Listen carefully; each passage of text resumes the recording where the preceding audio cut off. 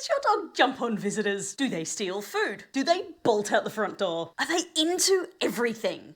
If your dog is driving you nuts, it's time to establish some boundaries. And no, I'm not talking some dog father disciplinarian. I'm talking boundary games. Hey, it's Natalie here from Canine Concepts, where I show you how to tame your havoc-wreaking hounds with fun 3-minute games. In this video, I'm going to show you how one game can help you solve so many struggles. Boundary games are a super fun way to teach your dog how to go to a clearly defined space and stay there, no matter what else is going on around them, until you tell them to go and do something else. This one skill grows so many concepts: self-control, disengagement, calmness. It can even help them grow their confidence depending on how you do it. But more than that, boundary games are a simple way to save your sanity. If your dog is on their bed, they can't be jumping on your guests. If they're on their bed, they can't be stealing toys from your other dog. If they're on their bed, you know the roast is safe on the kitchen bench. Picture this: the doorbell rings. If your dogs weren't already chilling out on their beds, then they perk up at the sound and then wander over to their bed and choose to stay there while you open the front door and welcome your visitors. Okay, what about this picture? You're preparing dinner. Your dog sees all the action and then chooses to take themselves off to a bed to watch from a distance. Pretty good, huh? But if all that sounds like an unachievable dream, I'm here to pop that naysaying bubble of yours. Let's get your head in the game and focus on how to make that dream a reality. We get that picture in 3 steps. Step 1, we build value in the bed. I want you to put aside at least 60% of your dog's daily food allowance to invest in their boundary games. So we're gonna set ourselves up near the bed and we're gonna reward any interaction that our dog has with the bed. We're gonna feed about 5 or 6 pieces of food onto the bed. Remember, feed the bed, not the dog. It'll help draw their focus down to the object rather than the food. I want his focus on this bed. Then we're gonna say, break, go, go, go, and toss a piece of food off and let him choose what to do next. Good boy. And again, I'm gonna feed about 5 or 6 pieces of food onto the bed, sinking all that value into the bed. Good. Again, I'm gonna say, break, toss a piece of food off for him to go and get. And with empty hands, I'm going to wait for him to make a choice. I want to see that he's telling me where that value is. Let's have a look. What's he going to choose to do? Good boy. Well done. Well done. And I'm going to reward that choice that he makes.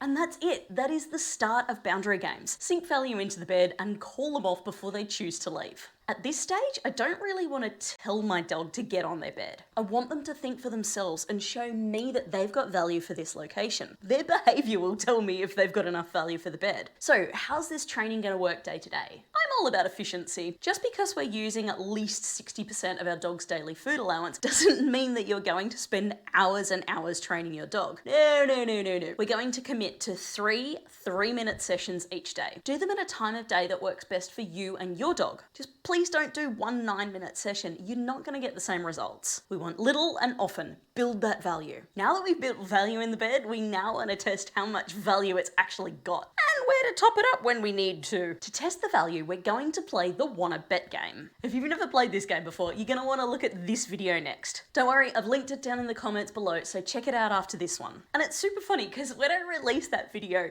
hubby gave me some very honest feedback. Who cares if a dog can stay on their bed while I dance in a circle? Why are we playing Wanna Bet? This is why. In our training games, we get to present our dogs with a challenge that's roughly equivalent to the real life situation. We can test whether our dogs are likely to succeed or struggle without putting either of us in those sticky situations. So when you're testing how well your dog can stay put on their bed using the Wanna Bet game, think equally difficult, even if the pictures look a little bit different. Oh, hi, how you going?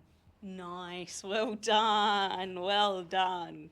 Use the Wanna Bet game to gather information. Work out where your dog's skills are actually at. What level of distraction can you present and your dog successfully stay on their bed? Equally, which distractions are too much of a challenge just yet? And how do you plan to bridge that gap? That bridge is where the magic happens. We're building their skills and then stretching them bit by bit. The final step is to take your dog's game skills and transfer them over to everyday life. Look for those little opportunities to build their skills each and every day. These are opportunities that take virtually no time or effort on your part. How good is that? So before you go make a cup of tea, cue your dog to go to their bed and then break them off when you're done. With the first few cups of tea, you're gonna want to go over and reward them periodically. So do those first few trial runs when you're not in a hurry and you've got a little bit of time to troubleshoot. You don't want to start this training while you're hosting a 3-course dinner party. See if your dog can cope with tea first. Now, if your dog ever does leave the bed, don't panic. You don't need to say no or ah or anything else like that. Just remind them what they're supposed to be doing.